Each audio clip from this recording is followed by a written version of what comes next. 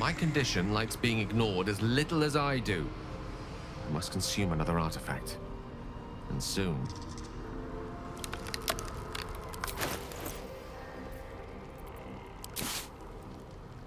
Thank you.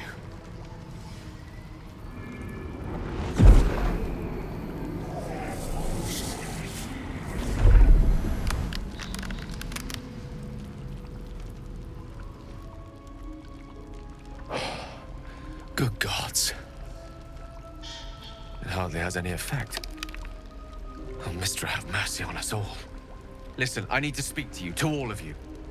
It would be unconscionable of me to remain silent. I might just be about to remedy that. You have to know who I was.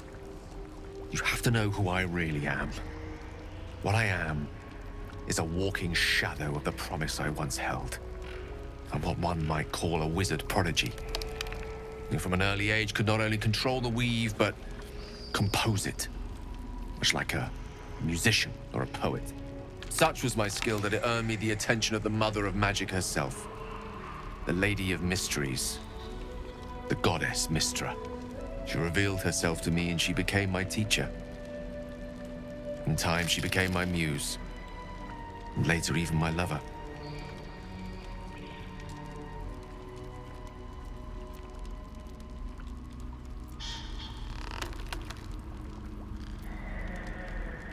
Oh, yes.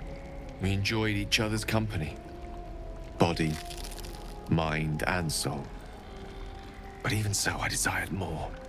You see, no matter how powerful a wizard we mortals can become, we never scratch more than the surface of the weave. Mystra keeps us in check. There are boundaries she doesn't let us cross. Yet, every time I was with her, I stood on the precipice, gazing into the wonders that lay beyond. I sought to cross her boundaries.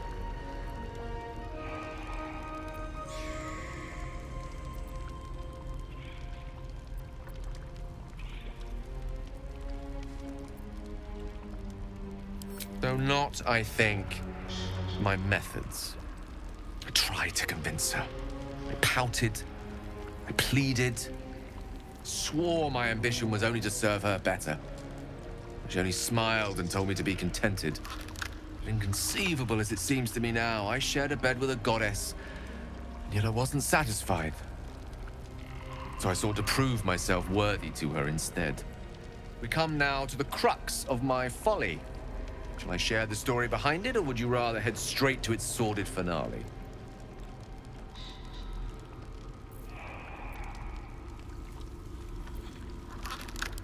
Very well.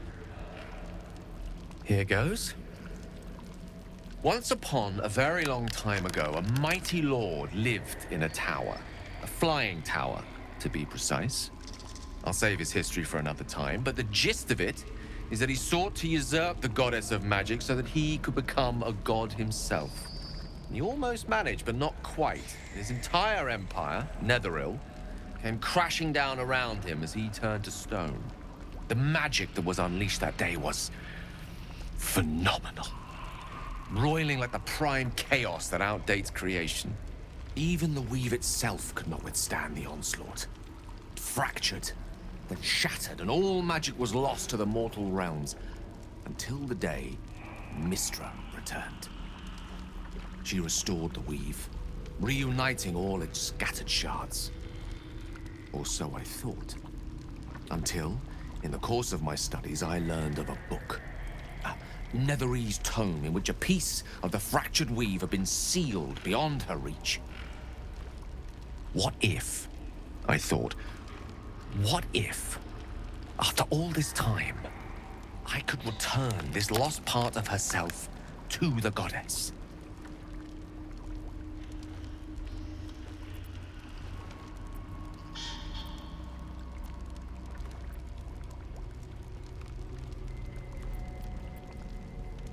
You know me. My gestures can never be grand enough.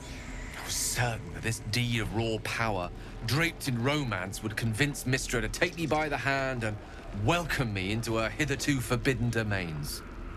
I was mistaken. I obtained the fabled book and took it into my study. As for what happened next... Here. Place your hand over my heart. Let me show you.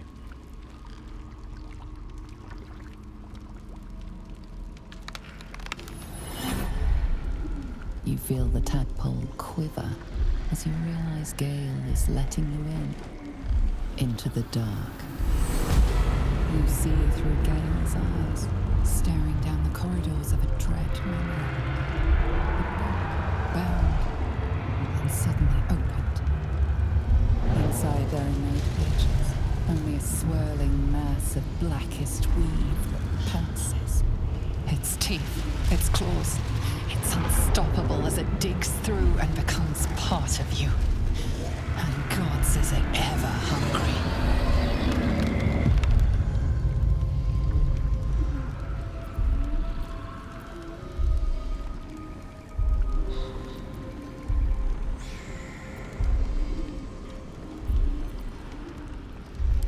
Thankfully, the moment I absorbed the fragment wasn't enough to kill me outright. It was only the beginning.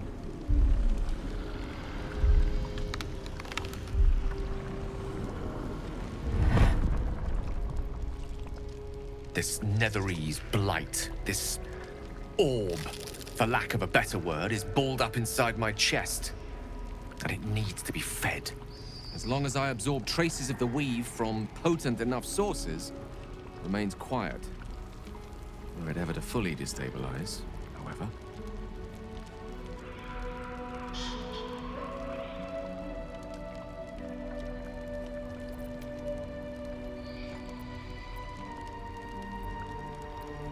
I will erupt. I don't know the exact magnitude of the eruption, but given my studies of Netherese magic, I'd say even a fragment as small as the one I carry, it'd level a city the size of Waterdeep. You thrice-damned rotten bastard! You've been the greatest threat to our lives all this time! I swear to you I wasn't. But I've no choice but to admit I am now. Perhaps it would be best if I leave. Put as much distance between us as I can before the orb erupts.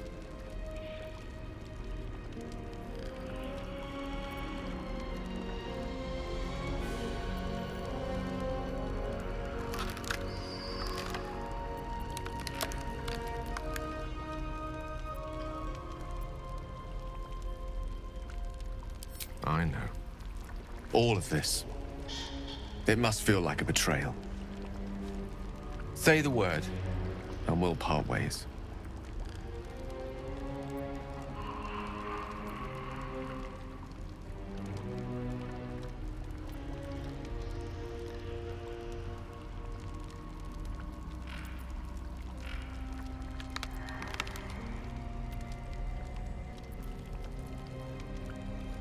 Once I'd step out of the protective aura of the artifact, it wouldn't be long before the Absolute overtakes me. I'd never let that happen, so I'd aim for a swift end. I would consume some midnight tears and venture as deep into the Underdark as I possibly could, till they cloud my eyes forever. With a bit of luck, I'd manage to make it to a Mind Flayer colony, so that when the orb erupts, one loud, last song of vengeance would reverberate through the dark. Wouldn't be a heroic end, but coarsely poetic enough in its justice.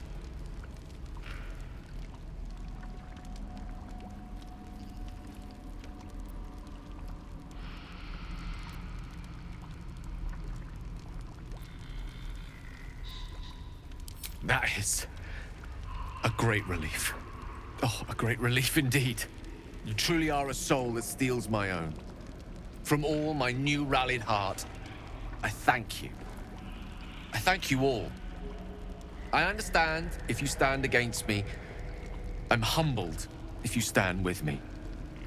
Either way, I will do my best not to let you down. I stand at a precipice, but if you do not give up hope, neither shall I. I'll fight. I'll resist as long as I can. Now, even I am tired of the sound of my own voice. Let us venture forth.